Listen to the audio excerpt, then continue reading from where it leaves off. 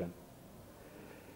Subraya además esta dimensión de exterioridad en un pasaje donde habla de que la fobia no es sino un trabajo, la fobia no es sino un trabajo casi delirante, porque no para de construir mitos y fantasías, y entonces el tranvía y los caballos y toda una historia. Es una manera de coger con el lenguaje, con lo simbólico, tratar de dar cuerpo, de amarrar, digámoslo así, eso que tiene entre piernas y que se le ha presentado de manera traumática que no entiende, que es el goce masturbatorio, para dar sentido al hecho de tener el órgano. ¿Se entiende? Es decir, y nos da una idea de que el cuerpo del que habla Lacan es un cuerpo que se presenta como traumático, en el sentido que Lacan da a la palabra trauma. Lacan utiliza el francés, el recurso de la homofonía de francés, de trauma con trou, trauma. Trou es agujero. Y habla de, en lugar de trauma, dice traumatismo, dice traumatismo. Es decir, es el encuentro, el verdadero trauma es el encuentro con un agujero. ¿Qué es el agujero? Es la falta de saber que uno se encuentra en un momento que tiene una experiencia en el cuerpo, le pasa algo en el cuerpo, y en ese momento no tiene un saber que le dé cuenta, que le explique, que le permita asimilar esa experiencia. ¿Se me sigue? Bonito es otra cosa, y se encuentra con el goce del cuerpo, una sensación extraña, que no puede asimilar, no puede metabolizar o integrar. De manera que se ponen a trabajar los niños a los 5, Freud lo dice en teorías sexuales infantiles, dice, los niños a partir de los 5 o 6 años se convierten en, no paran de pensar, piensan mucho, construyen teorías, las teorías sexuales, infantiles, se convierten en verdaderos filósofos se convierten en filósofos, que se ponen a tejer gran cantidad de historias para asimilar seguramente el encuentro que han tenido cada uno de ellos, como cada uno de nosotros, que tuvimos el encuentro con el goce, con algo que nos cogió desprevenidos. Y toda nuestra vida después no sino delirar, es decir, el delirio es cuando decimos todo el mundo deliria. Quiere decir que todo el mundo construye en ese rechazo de algo del goce que expulsa. La conclusión generalizada es esto. Todos hemos expulsado a lo real un goce insoportable y a partir de ahí hemos construido un delirio. Hemos juntado las cosas y hemos hecho la manera en que hemos podido con todo eso.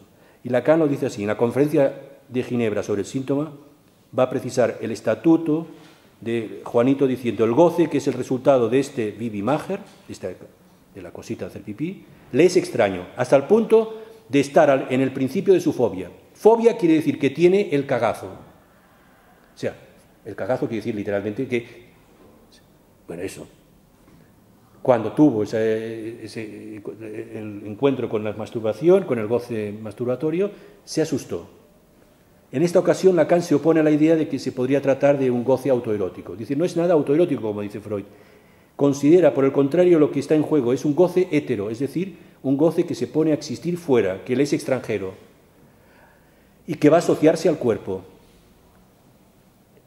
Es decir, que la sexualidad es siempre traumática, según Lacan. Que si hay forclusiones, porque uno se encuentra con algo del goce, ¿no?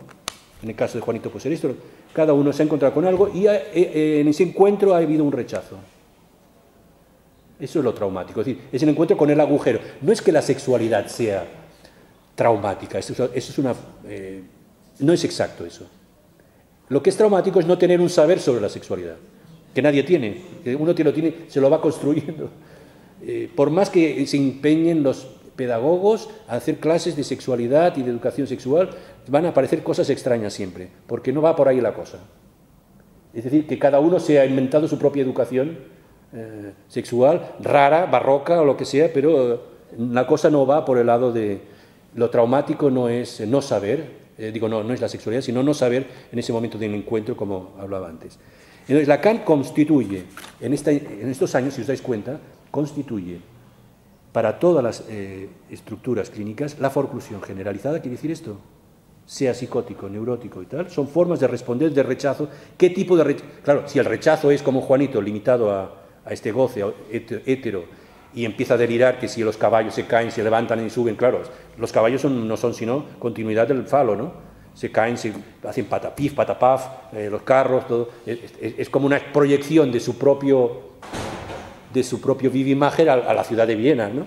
Donde pasan estas cosas.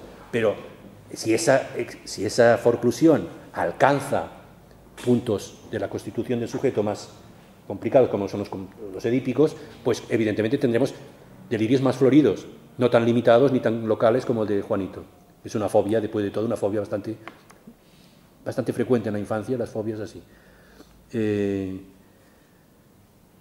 lo que se llama psicosis, voy a terminar aquí, porque son muchas las cosas que podríamos hablar después, digo en la conversación.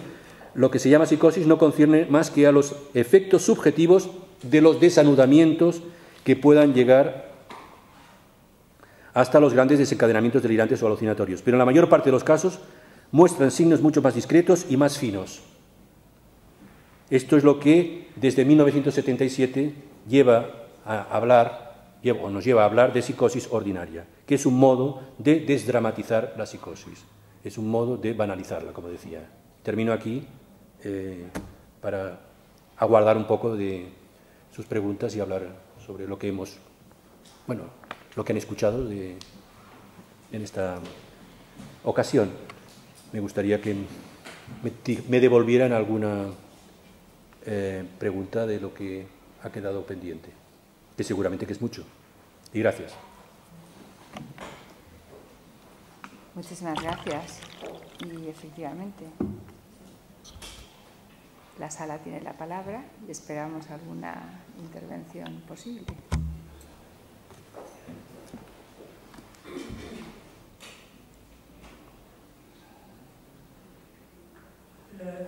¿Cómo encontrar la clave psicológica para hacer comprender a todos los españoles la aberración a que han llegado el Tribunal Supremo y el Tribunal Constitucional con el asunto de tanto del juez Garzón como del Estatuto de Cataluña?